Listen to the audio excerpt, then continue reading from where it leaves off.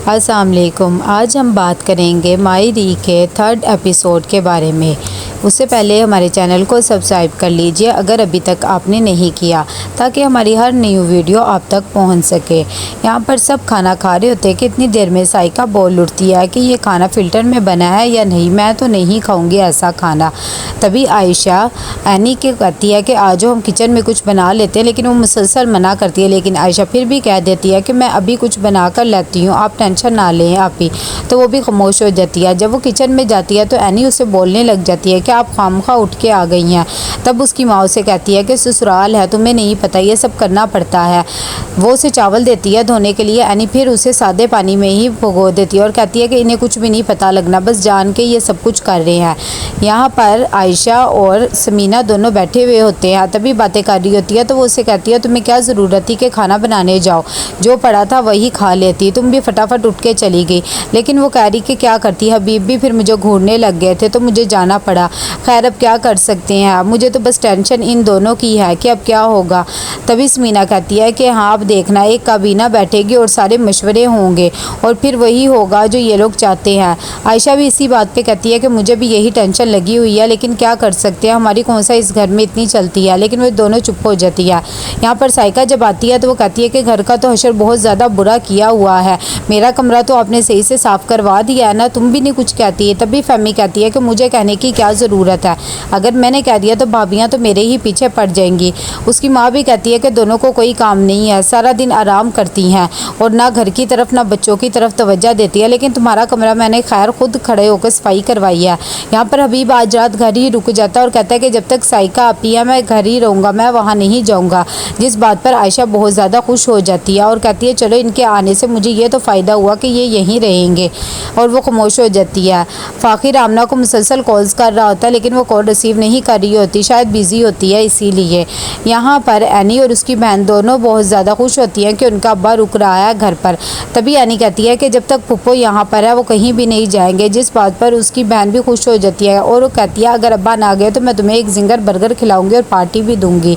वो कहती है ठीक है। सुबह जब होती है तो जमशेद तैयार हो रहा होता है, उसकी अम्मी आती है और उससे कहती है तुम क्यों इतनी खुशी खुशी तैयार हो रहे हो, मेरा नाश्ता बना दिया। तब वो कहता है हाँ मैंने आपका नाश्ता बना दिया है और मैं कुछ भी नहीं तैयार हो रहा, मैं तो वैसे ही तैयार हो रहा हूँ, कहीं जाना है। यहाँ पर एनी को बस यही लगा होता है कि घर में आखिर क्या चल रहा है और जल्दी से उसे पता लग जाए। तभी वो अपनी बहन को कहती है कि तुम कान लगा के बातें सुनो। वो दोनों सुन ही रही होती हैं कि इतनी देर में फ़ाखिर भी आ जाता है और उन्हें आके डरा देता है। तब वो उसे कहती है कि तुम्हें शर्म नहीं आती, ऐसे नहीं करना चाहिए, हम तो सिर्फ ये जानने की कोशिश करें कि अंदर खाने क्या चल रहा है।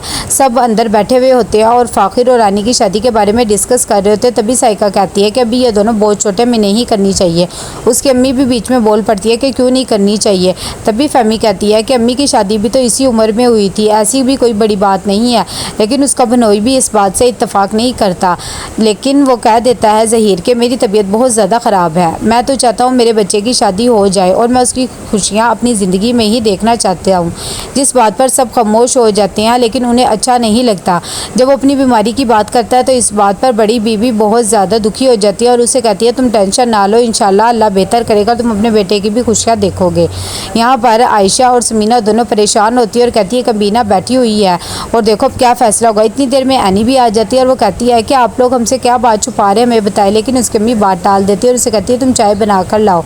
यहाँ पर जमशेद अपना रिश्ता खुद ही देखने आ जाता है और बहुत ज़्यादा खुश होता है कि चलो अब मेरा रिश्ता हो ही जाएगा। लड़की वाले पूछते हैं कि आपकी वालदा क्यों नहीं साथ आई। तभी वो बता देता है कि मेरी वालदा को कोई भी लड़की पसंद नहीं आती। वो कहता है चलो ठीक है मैं लड़की को लेके आता हूँ। इतनी देर में वो जब जाता है तो जमशेद अपने दोस्त को कहता है कि बस कुछ भी करो लेकिन यहाँ पर रिश्ता पक्का कर दो, मैं ये रिश्ता अपने हाथ से जाने नहीं दे सकता, अगर ये रिश्ता हो गया तो तुम्हारे किराए में भी मैं कमी ले आऊँगा। यहाँ पर जब आयशा कमरे में आती है तभी हबीब उसे रोक लेता है और कहता है मैंने तुमसे ज़रूरी बात करनी है। आयशा पहले काम का बहाना लगाती फिर खैर उसकी बात सुन लेती है। तब वो उसे कहता है कि भाई साहब के हम पे बहुत ज़्यादा एहसानात है, वो चाहते हैं कि हम एनी और फ़ाखिर की शादी कर दें और मेरा भी यही ख्याल है और मैं उन्हें मना नहीं कर सकता। यहाँ पर जमशेद बहुत ज़्यादा खुश होता है लड़की के घर वालों से मिलकर। तभी वो पूछते हैं कि तुम्हारे नाम क्या क्या चीज़ है और क्या करते हो। तो बता देता है कि करता तो कुछ नहीं, लेकिन किराए वगैरह आते हैं, हमारे अपने मकान है, बस उनसे गुजर बसर होती है। आयशा को जब ये बात पता लगती तो बहुत ज़्यादा लड़ाई झगड़ा होता है और वो कहती है कि मैं अपनी बेटी की ज़िंदगी कभी भी ऐसे जहन्नुम नहीं बनाऊंगी, तुम बहुत ही खुद गर्ज इंसान हो। लेकिन हबीब बिल्कुल भी बात नहीं मानता और अपनी चलाता है। यहाँ पर यानी कि छोटी बहन फटाफट उसके पास आती है और उसे कहती है कि अम्मी अब्बू में बहुत ज़्यादा झगड़ा हो रहा है, तुम जाकर बात को संभाल लो। तभी यानी कहती है अच्छा तुम टेंशन ना लो, मैं देख लूँगी, इनका तो रोज़ का ही यही काम है। यहाँ पर आयशा बहुत ज़्यादा झगड़ कर रही होती है कि उसके शोहर उस पर हाथ भी उठा लेता है। तभी यानी कहती है मुझे मार लो लेकिन मैं ऐसा नहीं करूँगी। अचानक वो दरवाज़ा खोलती है तो देखती है कि उसकी दोनों बेटियाँ बाहर खड़ी होती हैं और वो उन्हें कहती है सामान पैक करो, अब हम यहाँ नहीं रहेंगे। तभी वो बहुत ज़्यादा पूछती है कि अम्मी हुआ क्या, लेकिन वो उन्हें कुछ भी नहीं बताती है। बाहर से समीना भी उन्हें कहती है कि तुम ना जाओ, मेरी बात तो सुनो, लेकिन वो उसकी बात भी नहीं सुनती और सारा सामान वगैरह पैक करके घर से चली जाती है। जिस पर समीना बहुत ज़्यादा रोकती है। एनी भी अपनी माँ को समझाने की कोशिश करती है लेकिन वो किसी की भी नहीं सुनती और वहाँ से चली जाती है। समीना फटाफट ऊपर जाती है और हबीब को कहती है कि तुमने उसे क्यों जाने दिया, तुम्हें रोकना चाहिए था। तभी हबीब कहता है कि कोई बात नहीं, थोड़ी देर में इसकी अकल टिकाने आ जाएगी। लेकिन समीना कहती है कि कुछ भी हो, मैं भी इस रिश्ते से खुश नहीं हूँ।